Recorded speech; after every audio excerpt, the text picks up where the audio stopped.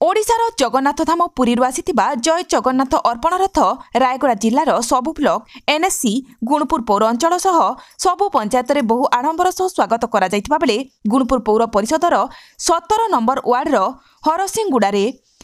Gunpur पौर परिषदर vice chairman Shri Shivprasad Gaur उपस्थित में श्री जगन्नाथ अर्पण रथ को झांझ मृदंग शंख घंट बजाई भव्य संबर्धना करा जायतिला और एही समय उक्त वार्डर काउंसिलर श्रीमती बबी सबर और पूर्व काउंसिलर श्री गोपाल सबर उपस्थित रही वार्डर प्रत्येक घर घर को रथ को परिक्रमा करी ठाकुर श्री जगन्नाथ निमंते कलशरे गुआ और चाउल निज निजर मंगल सकाशे अर्पण करथिले एवं एही समय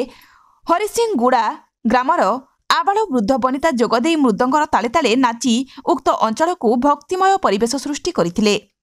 এই परिवेश को देखिले जना पड़ुला कि पुरीरू प्रभु श्री जगन्नाथ आसी हरसिंहगुड़ा ग्राम विराजमान करिसंती। गुणपुररू उमाशंकर महांकुड़क रिपोर्ट कलिंग टीवी 24।